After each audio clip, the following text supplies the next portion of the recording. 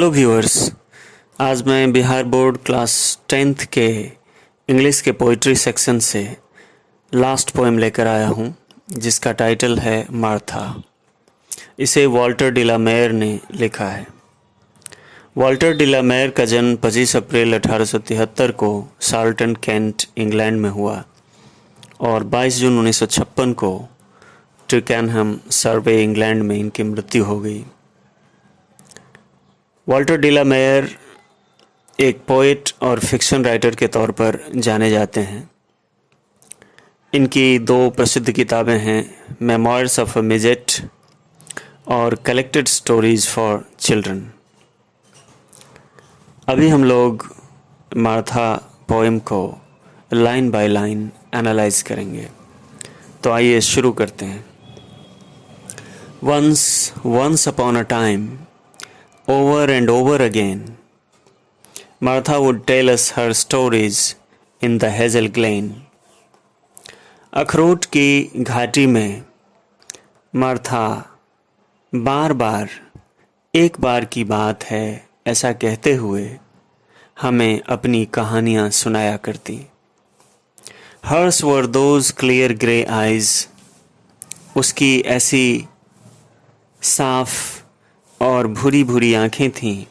You watch and the story seems told by their beautifulness.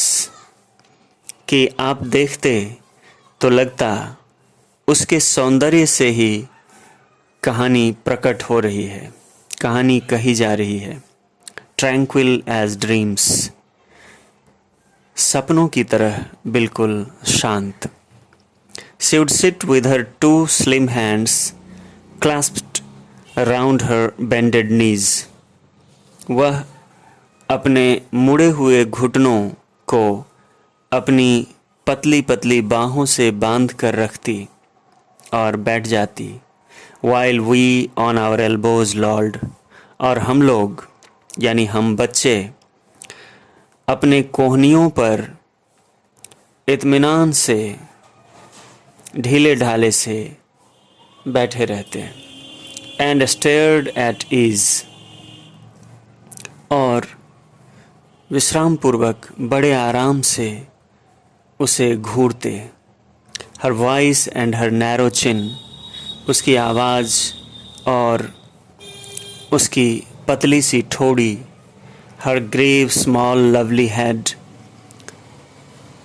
उसका गंभीरतापूर्ण और छोटा प्यारा सा सिर। Seemed half the meaning of the words she said. ऐसा मालूम पड़ता कि वह जो भी शब्द कहती उसका आधा अर्थ यही कह जाते थे। Once upon a time. एक बार की बात है। Like a dream you dream in the night. किसी सपने की तरह जो सपना आप रात में देखते हैं।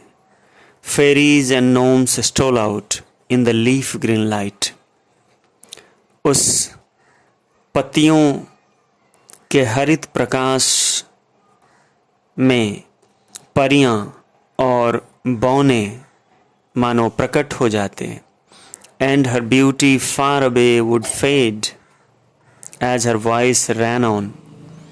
और उसका सौंदर्य मुरझा जाता, सौंदर्य क्षीण हो जाता।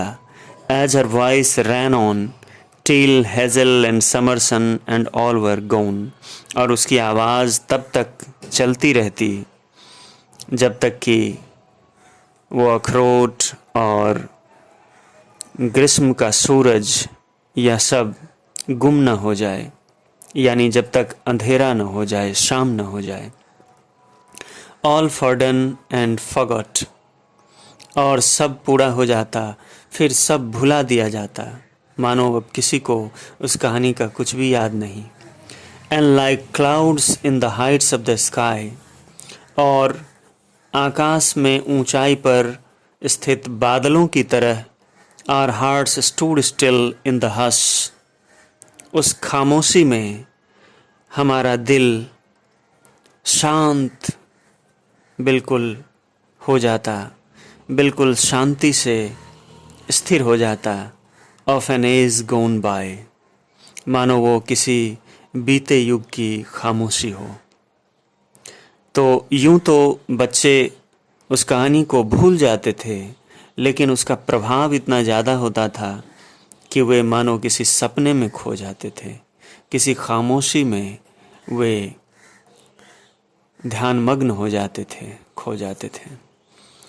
तो यह पूरी कविता बहुत ही जादुई प्रभाव वाली कविता है। मुझे लगता है आप लोगों को यह कविता पसंद भी आई होगी और आप लोग इसे समझ भी पाए होंगे। तो आज के लिए इतना ही। ऐसे ही साहित्यांगन पर आने वाले वीडियोस को देखते रहें, इन्हें लाइक करें, इन पर कमेंट करें और साहित्यांगन चैनल को सब्सक्राइब ज़रूर करें। तो आज के लिए इतना ही। आप सबका बहुत बहुत धन्यवाद।